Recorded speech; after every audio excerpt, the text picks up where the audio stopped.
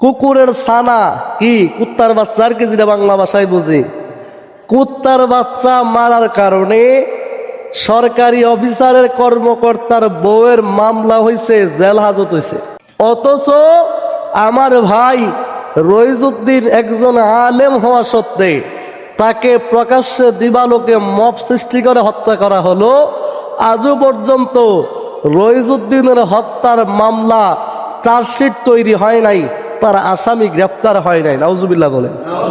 আল্লামা শাইখ নুরুল ইসলাম ফারুকী রহমাতুল্লাহি আলাই 2014 সালের আগস্টে ওনাকে ওনার নিজ বাসভবনে গলা কেটে প্রকাশ্যে দিবালোকে জবাই করা হলো।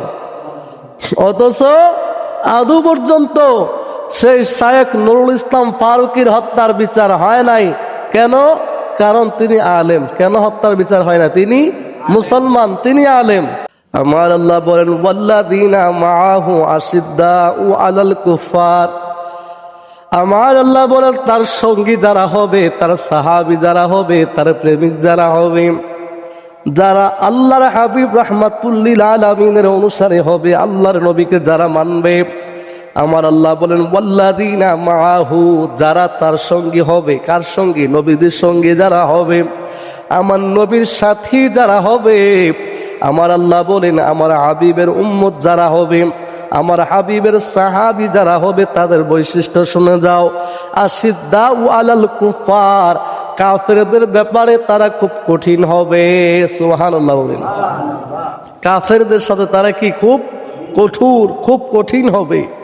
ওয়া রুহামাউ বাইনাহুম তারাহুম রুকআন, আমার আল্লাহ কয় তারপরে ওয়া রুহামাউ বাইনাহুম, তারা একের প্রতি অপরের সহানুভূতিশীল হবে, দয়ালু হবে, দয়াবান হবে। সুবহানাল্লাহ। তার মানে একজন মুমিন অপর মুমিনের সাথে কিরকম হবে? কঠোর হবে না, দানশীল হবে, দয়াবান হবে, মহব্বতের হবে। কিন্তু এখন বলেন দেখি, আমরা তো নবীর উম্মত দাবি করি, একজন মুসলমান অপর মুসলমানের ব্যাপারে আমাদের সেই কঠোরতা আছে না? নাই? আছে না? কথা বলেন না, আছে না? আছে। অথচ আল্লাহ কোরআনে বলতেছেন মুহাম্মদ সাল্লাল্লাহু আলাইহি ওয়াসাল্লামের সঙ্গী সাথী যারা হবে, তারা এক মুমিন অপর মুমিনের ব্যাপারে কঠিন হবে না। রুহামাউ বাইনাহুম, আল্লাহ বলেন তারা একে অপরের সাথে কিরকম হবে? দয়াশীল হবে। কিশীল? দয়াশীল। তাহলে আল্লাহ বলতেছেন মুসলমান একে অপরের সঙ্গে দয়াশীল হবে, কাফেরের সাথে কঠিন হবে। ঘটনা এখন ব্যতিক্রম। মুসলমান কাফেরের সাথে সম্পর্ক ভালো, কাফেরের সাথে সম্পর্ক দয়াশীল, মুসলমান অপর মুসলমানের সাথে সম্পর্ক খারাপ। ঠিক কি না? কোন কথা বলেন, ঠিক না? আপনি হয়তো জানেন বাংলাদেশে কুকুরের ছানা কি কুত্তার বাচ্চা আর কি, যেটা বাংলা ভাষায় বুঝি। কুত্তার বাচ্চা মারার কারণে সরকারি অফিসারের কর্মকর্তার বউয়ের মামলা হয়েছে, জেল হাজত হয়েছে। কিসের বাচ্চা মারার কারণে? বাংলাদেশের কথা। কুকুরের বাচ্চা মারার কারণে কি করা হয়েছে? প্রাণী সম্পদ অধিদপ্তর থেকে মামলা। সেই মামলা আমলে নিয়া একজন সরকারি কর্মকর্তা মানে অফিসারের বউকে গ্রেফতার করা হয়েছে, আর তাকে থানা হাজতে দেওয়া হয়েছে। অথচ আমার ভাই রইজুদ্দিন একজন আলেম হওয়া সত্ত্বে তাকে প্রকাশ্যে দিবালোকে মব সৃষ্টি করে হত্যা করা হলো। আজও পর্যন্ত রইজুদ্দিনের হত্যার মামলা চার্জশিট তৈরি হয় নাই, তার আসামি গ্রেফতার হয় নাই। নাউজুবিল্লাহ বলেন। তার মানে বোঝা গেল আমার এই দেশে একজন মানুষের চাইতে কুত্তার বাচ্চার দাম বেশি। কথা বুঝেন না মনে হয়? একজন মানুষের চাইতে, যদি এটাকে আরো যদি জঘন্য ভাষায় বলা যায়, রইজুদ্দিন সে তো মানুষ বটে, সে একজন আলেম। সে কি? আলেম। তাইলে আমরা কোন দেশে বসবাস করি? এই দেশের কল কাঠি কারা নাড়াচাড়া করে? এই দেশের দায়িত্ববার আসলেই কি মুসলমানদের? 92.92% মুসলমান। তাদের হাতে কি আজও সেই ক্ষমতার ভার আছে কি না? এটা প্রশ্ন থেকে যায়। কথা বলেন, ঠিক কি না? যেই দেশে আলেম হত্যার বিচার হয় না, কুকুরের বাচ্চা হত্যার বিচার হয়। আল্লামা শেখ নুরুল ইসলাম ফারুকী রহমাতুল্লাহি আলাই 2014 সালের আগস্টে ওনাকে ওনার নিজ বাসভবনে গলা কেটে প্রকাশ্যে দিবালোকে জবাই করা হলো।